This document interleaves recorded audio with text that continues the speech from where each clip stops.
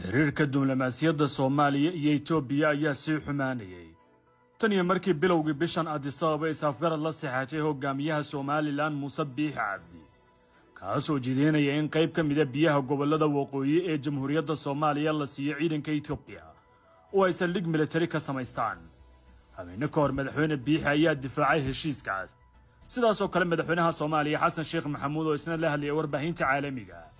ayaa sheegay in Addis u ogolaayeen dekado haddii ay dhankooda weydiisan lahayd taasoo la aaminsan yahay in doodaha dhinacyada ay jahawareerisay xukuumadda federaalka ee Soomaaliya bilowgii isafgaradka Addis ka dhacay waxay degdeg ugu yeeratay safiirkeedii ka joogay Itoobiya Ambassador Abdullaahi Warfa laakiin ma jirin tallaabo kale oo diblomaasiyadu ay kula dhaqantay safiirka Itoobiya u joogay Muqdisho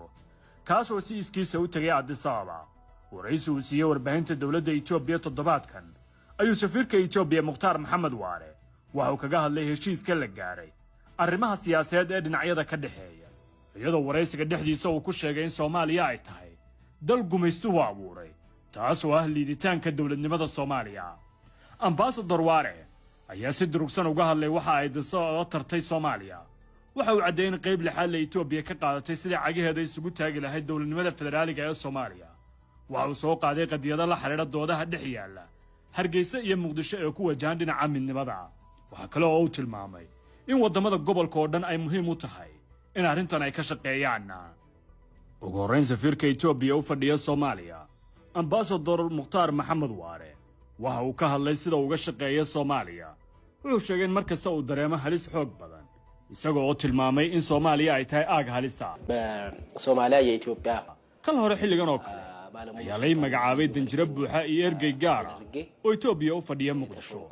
Soomaaliya dadka shacabka ay waa wanaagsan laakiin xaaladda amnigu waa mid aad u dhib ግን የጸጥታ ሁኔታ በጣም አስቸጋሪ ነው እኔ ከኖርኩበት ካደኩበት anigu meesha aan ku dhashay meesha aan ku koray iyo meelahan ka soo shaqeeyay Soomaaliya waa goobta ugu dhibaatada badan ma aha meel sida aad doonto aad u dhaqaaqi karto ma socon kartid ilaa waxaad ku soconaysaa gaari aynu xabadu karin daqiiqad walba waxaad halis ugu jirtaa in lagu qarxiyo waa meel xaaladeeda amnigu ay aad u liidato laakiin Ilaah ayaa mahad leh weli dhibaato ima haleelin inaan haleelina waa rajaynayaa waase waajib qaran oo dalkaaga aad u hurtay haddii ay dhib ku soo gaadho geesiyaasheennu maalin walba nabadgelyada Soomaaliya ayay u dhimanayaan aniga naftayduna qaranka kama weyna dhibaato kastana diyaar ayaan u ahay inaan wajaho Soomaaliya dhammaanteed waa natiijo ka dhalatay gumaystaha waa dal uu abuuray gumaystuhu xornimadeeda waxay qaadatay 1960kii Somalilandna waxay qaadatay isla sanadkaas xornimadeeda markii hore Somaliland ayaa hor heshay xorriyadda kadibna waxay la midowday Soomaaliya oo Talyaanigu gumaystay Somaliland waxa gumaystay Ingiriiska isku biiridooda waxa sabab u ahaa inay wadaagaan isir diin iyo afba waa isku egnahay kaliya ayay ku midoobeen ee ma ahayn dad isku taariikha እንጂ ታሪካቸው የተለያየ ታሪክ ያላቸው ያው አገሮች ናቸው laba dal oo kala taariikh duwan ayay ahaayeen midnimada kadib ayay dhibaatadu bilaabtay Somaliland waxay midnimada ka qabtaa tabasho badan laga soo bilaabo 1991 waxay ahaayeen dawlad iyagu ay leeyihiin oo maamulkeedu xasiloon yahay yaanay helin aqoonsi caalami ah waxay sameysteen dhaqaale xasiloon siyaasad degan oo la istoofto hanaan dawladeed oo caalami ah waa dal nabadi taabo Somaliland ayuu yiri safiirka Itoobiya ee Muqdisho የፖለቲካ ሁኔታ ምርጫ ያለበት ዲሞክራሲያዊ ምርጫ ያለበት ዓለም አቀፍ መስፈርቶችን የሚያሟላ ሰላማዊ አገር ነው Ambassador Mukhtaar Waare wuxuu ku sifeeyay Soomaaliya dal ay daaliyeen qalqablayaal dagaal hogaamiye aan hiraal lahayn iyo aag martigelisay argixisay caalami oo ay ku jiraan kooxo dunida oo dhan ay baadi goobayso wuxuu sheegay in Itoobiya ku khasbanaatay inay difaacdo amnigeeda qaranka oo ay farageliso Soomaaliya kol hore si Soomaaliya ay u argixisada looga dulqaado dhinaca kale Soomaaliya marka la fiiriyo waa goob ay daaliyeen qalqablayaal dagaal haddana martigelisay argixisay caalami oo ay ku jirto Al-Qaa'ida haddana ay ka samaysmeen inay ka abuurmaan ururo islaamiya oo kaalmo ka hela kooxaha argagixisay maxkamadda islaamiya ayaa samaysmay kooxahaasi waxay iclaamiyeen jihaad ka dhan Itoobiya waxay yiraahdeen waxaan ku tukanaynaa masjidka Anwar ee Addis Ababa dawladda xilligaasi jirtay ee Itoobiya waxay guddoonsatay in xaaladaas oo ahayd mid mudan in si degdeg ah looga jawaabo talaabo lagu kala ceyriyay xooggaas ayay qaaday oo guul laga gaaray intaas wixii ka dambeeyay kooxda la kala dheeyay waxay dib isugu aruursadeen koox iyaga ka halis badan oo argagixisa waxay bilaabeen weeraro ku dhufo oo ka dhaqaaqa qaraxyo loo isticmaalaya dad nool iyo gawaari kumanaan qof oo rayida ayaa dhibana u noqday waa dalka sidaas Soomaaliya ayuu safiirka Itoobiya ambaasadorkan Itoobiyaanka waxa uu ku faanay inay garab siisay dawladdiisa Soomaaliya si looga guuleysto waxa ugu yeeray kuwa qowleysatan nabadda iyo dawladnimada diidan أني حلقاس إلى مانتا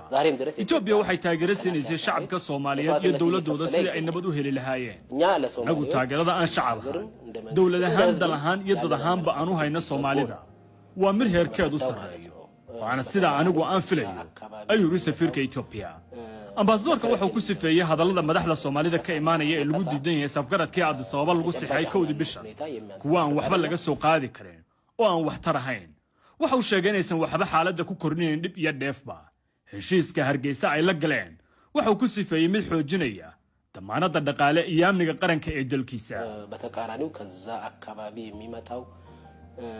መሰረት የሌለው ቀስቀሳና ወቀሳ arrimaha hadda ka soo yeeraya meelahaas ee aan salka iyo raadka lahayn ma aha kuwa wax ku soo kordhin kara xaaladda hadda lagu jiro heshiiska aan la galnay Soomaaliland waa mid xaqiijinaya damaanadda dhaqaale iyo amniga Itoobiya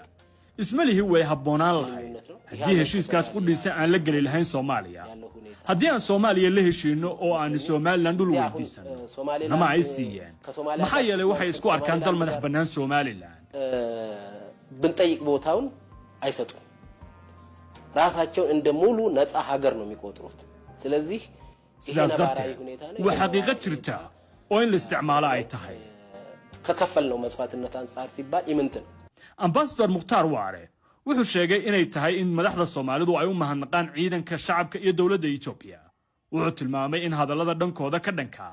ay yihiin kuwa aan waxba ku kordhinayn taaganta imika jirta waa sidoo hadalka u dhigay sidoo kale wuxuu sheegay in soodimaha dalkiisa ay fidi karaan ama gaaban karaan taasna ay tahay inay fahmaan madaxda Soomaalida ለመናገር ኢትዮጵያ መከላከያ ሰራዊት ኢትዮጵያ ህዝብና መንግስት runta marka laga hadlo ciidanka gaashaandhigga Itoobiya dawladda iyo shacabkeedaba hadii looga mahadnaqayo waa qodob dhaqaaq kasta oo intaasi ka baxsan oo malaynayo inuu xumayn karo walaaltinimada labada dal dawladuhu way dhashaan wayna tagaan dadku muddo dheer ayay wada noolaanayaan ma aha in taariikhda la qariyo Itoobiya kumanaan sano ayay soo jirtay sohdimuhu way balaaran karaan ama way gaabtaan laakiin waligood waxay ahayd dal jira Soomaalidu inay taas fahmaan waa arrin loo baahan yahay በርካታ ሺህ ዓመታትን ምናልባትም 3-4 ሺህ ዓመታትን እዚህ አካባቢ እንደ መንግስትነት ቀጥላ የኖረች ሀገር ነች ተሪት የድንበር ወሰኗ ሊሰፋ ሊጠብ ይችላል ግን ኢትዮጵያ የሚለው ኮንቲኒየስ ኢንቲቲ ነው ሀገር ነው በዛ ደረጃ ሶማሌዎች ይረዳሉ ብዬ ተስፋ አደርጋለሁ walaalaha iyaga Soomaaliyeed waa inay xaaladda qiimeeyaan oo ay ka shaqeeyaan walaaltinimada nabadgelyada iyo la dagaalanka argagixisada ayuu safiirka Itoobiya ሽብርተኝነትን ደግሞ በማስፋፋ ሁኔታ ያሉ አለመግባባቶች ይፈታሉ ብዬ ተስፋ አደርጋለሁ Mukhtar Waare ayaa ku sifeeyay heshiiska ay la galeen dhinaca Soomaaliland inuu yahay mid ay waajib tahay inay taageeraan dhammaan wadamada gobolka iyo shacabka dalkiisa wuxuu sheegay in looga baahan yahay Itoobiyaanku inay qaataan aragtida midnimada guud waa danahooda ku midoobaan meel iska dhigaan aragtiyaha dhexdooda yaala si mustaqbalka jiilashooda dambe uu hagaago ከዚህ ባሻገር አሁን ኢትዮጵያና ሶማሊላንድ heshiiska ay wada gaareen Itoobiya iyo Soomaaliland waa heshiis taariikhi ah dhammaan shacabka Itoobiya waxa waajib ku ah inay taageeraan dhammaan dadka wadaniyiinta waa inay taageeraan dawladaha cadaaladda jecel waa inay soo dhaweeyaan Itoobiya waligeed kuma ayna xadgudbin xuquuq cid kala leedahay haddana uma socoto heshiiska waxjiweydaarsiga anigu waxa aan ka aaminsanahay inuu yahay mid barwaaqaysan oo nabad u dhalin kara fariintayda aan u dirayo shacabweynaha Itoobiya waa in meel la iska dhigo waxyaabaha la isku hayo oo laga wada fikiro jiilka dambe waa inaan dhammaanteen iska kaashanno gaar ahaan dadka hormuudka oo aan fursad u abuurno facad dambe si Itoobiya ay u guulaysato ayuu waraysigiisa ku soo gabagabeeyay safiirka Soomaaliya u fadhiyay dalka Itoobiya Mukhtar Maxamed Waare oo waraysi siiyay warbaahinta Itoobiya dawladda Soomaaliya ilaa hadda wax talaabo ah kama qaadin diblomaasiyadda ay la leedahay Itoobiya safiirka Itoobiya u jooga Soomaaliya ayaana bixiyay waraysigan oo si cad ugu sheegay waxyaabo waaweyn oo dhaawacaya midnimada iyo wadajirka Soomaalida taasoo dawladda Soomaaliya ilaa hadda